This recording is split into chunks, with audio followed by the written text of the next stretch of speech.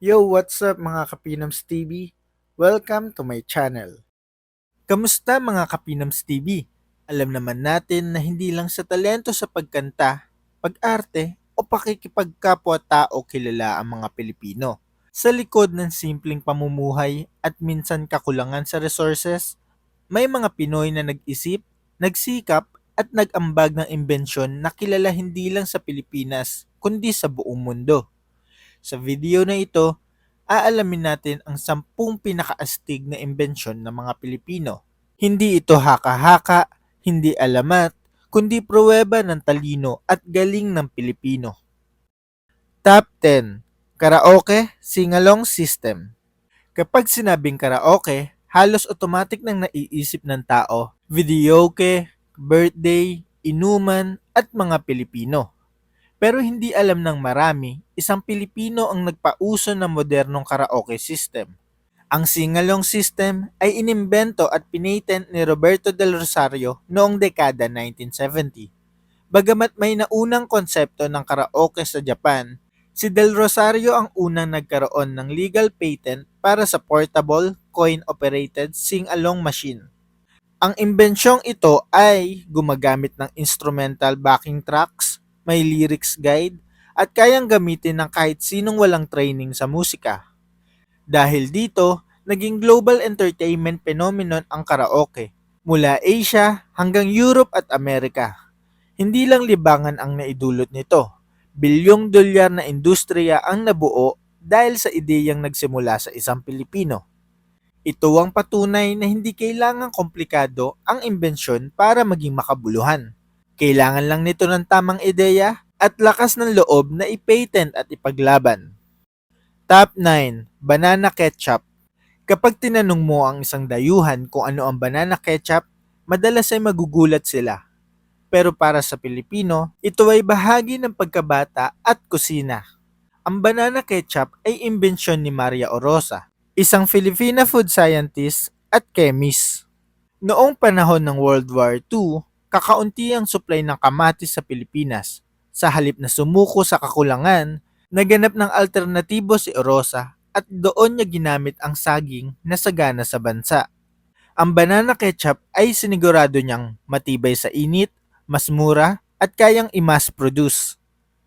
Bukod sa pagiging ketchup substitute, nakatulong ito sa food security ng bansa sa panahon ng digmaan. Hanggang ngayon, banana ketchup ay patuloy na ini-export at kinikilala bilang isang uniquely Filipino invention. Hindi lang ito sausawan, ito ay simbolo ng resiliency at creativity ng Pinoy. Top 8. Erythromycin, Antibiotic Discovery. Isa ito sa pinaka-importanteng kontribusyon ng Pilipino sa medisina.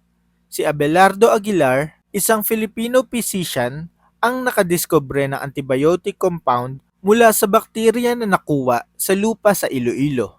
Ang compound na ito ay naging erythromycin, isang antibiotic na ginagamit laban sa respiratory infections, alternative sa penicillin para sa may allergy, at malawak na ginagamit hanggang sa ngayon.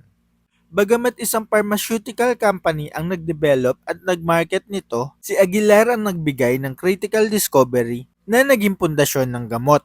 Sa imbensyong ito, milyong buhay ang nailigtas at naipakita na ang Pilipinas ay may ambag sa global medical science.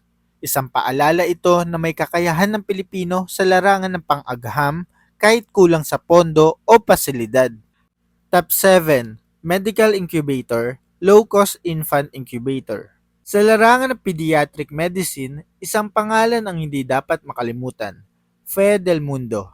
Isa siya sa mga unang babaeng pediatrician sa mundo at isang Filipina na naging inspirasyon sa global child healthcare. Isa sa kanyang mga imbensyon ay ang low-cost medical incubator na ginawa upang magamit sa mga probinsya, gumana kahit walang kuryente, at gumamit ng lokal na materyales.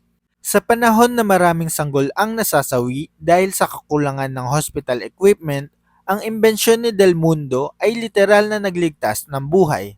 Ito ang patunay na ang tunay na imbensyon ay hindi nasusukat sa high technology, kundi sa impact sa tao. Top 6. Salt lamp, sustainable alternative lighting. Paano kung ang ilaw ay pwedeng paganahin ng tubig alat? Ito ang ideya sa likod ng salt lamp na pinangunahan ni Isa Miheno. Ang salt lamp ay gumagamit ng saltwater electrolyte, hindi nangangailangan ng kuryente, environment friendly, at kayang magbigay ng ilaw sa coastal at off-grid communities. Layunin ng imbensyong ito na bigyan ng ilaw ang mga lugar na walang akses sa kuryente, lalo na sa mga isla ng Pilipinas. Hindi lang ito produkto, isa itong social innovation na pinagsasama ang agham, sustainability at malasakit. Top 5. Quick Ink, Quick Drying Ink. Noon, malaking problema sa pagsusulat gamit ang fountain pen ang pagkalat ng tinta at mabagal nitong pagkatuyo, lalo na sa mahahalagang dokumento. Isang Pilipino ang nakahanap ng solusyon sa problemang ito. Si Francisco Kisumbing, isang Filipino chemist na nagtrabaho sa Parker Pen Company, ang siyang nakadevelop ng tinawag na Quick Ink na ang ibig sabihin ay quick drying ink. Ang tinta na ito ay mas mabilis matuyo, mas malinaw sa papel at mas hindi madaling kumalat. Kaya naman naging ideal ito para sa opisina, paaralan at opisyal na mga kasulatan. Dahil sa imbensyong ito, mas naging efficient ang pagsusulat at dokumentasyon sa iba't ibang bahagi ng mundo. Hanggang sa kasalukuyan, ginagamit pa rin ng Quick Ink, isang tahimik ngunit napakalaking ambag ng isang Pilipino sa pang-araw-araw na buhay ng milyong-milyong tao. Top 4. Yoyo, Modern Patented Design. Ang yoyo na itinuring ngayon bilang isang laruan at competitive sport ay may malakas na ugnayan sa isang Pilipino. Si Pedro Flores ang nagpatent ng modernong disenyo ng yoyo noong 1928 sa Estados Unidos. Siya ang nagpakilala ng slipstring mechanism na nagpapahintulot sa yoyo na bumaba at bumalik ng maayos sa kamay ng manlalaro. Dahil sa kanyang imbensyon, naging posible ang iba't ibang tricks at teknik na siyang nagpasikat sa yoyo sa buong mundo.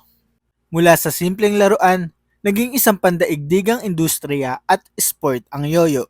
Isa itong patunay na kahit sa larangan ng aliwan at laro, may kakayahan ng Pilipino na mag-iwan ng marka sa kasaysayan. Top 3. Artificial Coral Reef System. Hindi lahat ng imbensyon ay gawa sa metal o makina. Ang iba ay nakatuon sa buhay at kalikasan.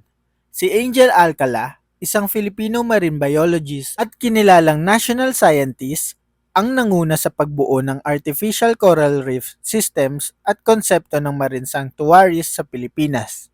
Sa pamamagitan ng sistemang ito, ginaya ang natural na estruktura ng coral reefs upang muling dumami ang isda at iba pang lamang dagat. Nakatulong ito hindi lamang sa pangangalaga ng biodiversity, kundi pati sa kabuhayan ng mga mangingisda.